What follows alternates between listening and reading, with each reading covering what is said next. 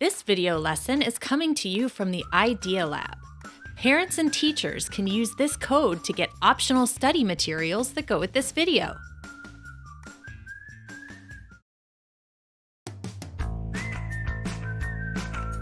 Hi, I'm Sarah, and I wrote these books. Writing a book is a big job, and what's a great way to tackle a big job? One small piece at a time. So today, we're going to practice just one small piece and write a little. Have you ever heard of a writer's block? You know, when you sit down in front of a piece of paper and you can't figure out how to get started. Or maybe you got started okay, but you don't really know what to write next. You're just sort of stuck. Well, I figured out a tool for this, and I'm going to share it with you. Since I started using this tool, I have never, ever gotten writer's block again. It's called an idea trap, and in this lesson, I'm going to show you how to make one.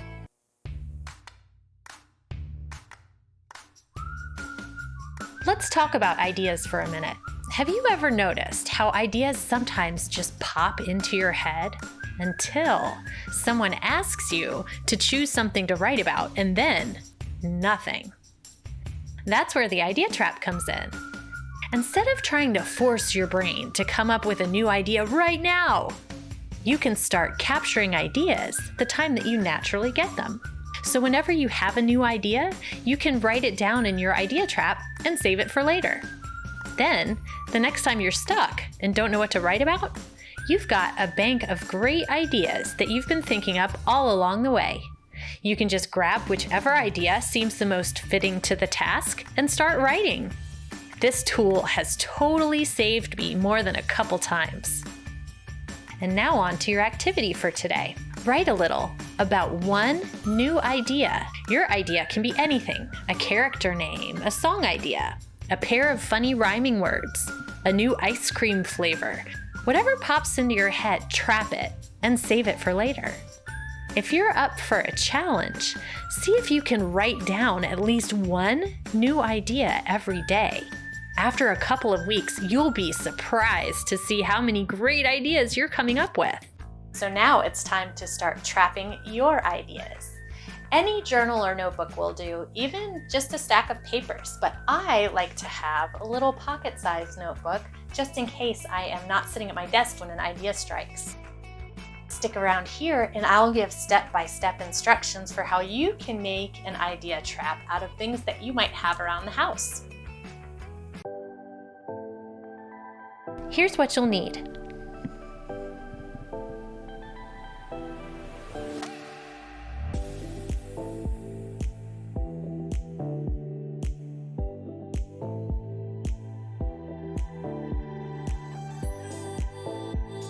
First, take your sheets of paper and fold them in half. Then fold them in half again, and again. Now unfold them, and you should see fold lines like this. Cut the papers along the fold lines, and you'll end up with a stack of 32 small pieces of paper. Next, take a small part of the stack, maybe 4 or 5 sheets, and punch 2 holes at the top. Take the top piece of paper and use it as a pattern to punch holes in the rest of the papers in the same place. Take that top sheet pattern again and use it to trace a rectangle onto your cardboard. I like to make it just a little bigger than the paper, and then cut it out. Repeat this a second time.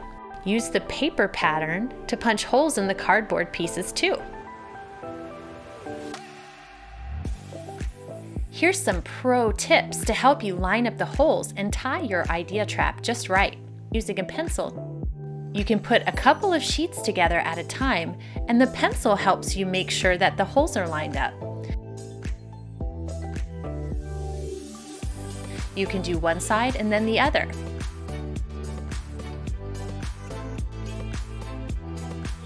Next, take the sheets of your idea trap and place them between the pieces of cardboard like a sandwich.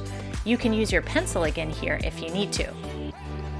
Now your holes should be all lined up and you're ready to tie. Push one piece of yarn through each of the holes, and if you're having trouble getting the yarn through, you can use your pencil again.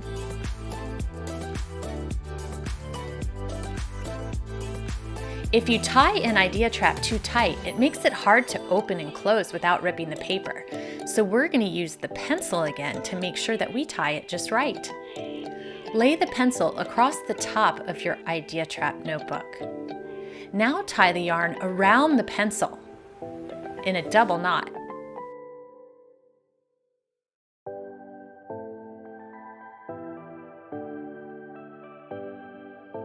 Then slide the pencil out and use some scissors to cut off the extra. Now our idea trap can easily open and close and is ready to trap all your new ideas. Good luck filling up your idea trap with lots of new and exciting ideas. We'll talk about making more ideas in another Write a Little mini lesson. See you next time in the Idea Lab.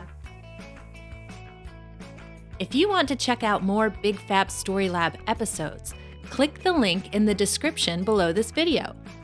And for more episodes about ideas, look for videos with a red cover.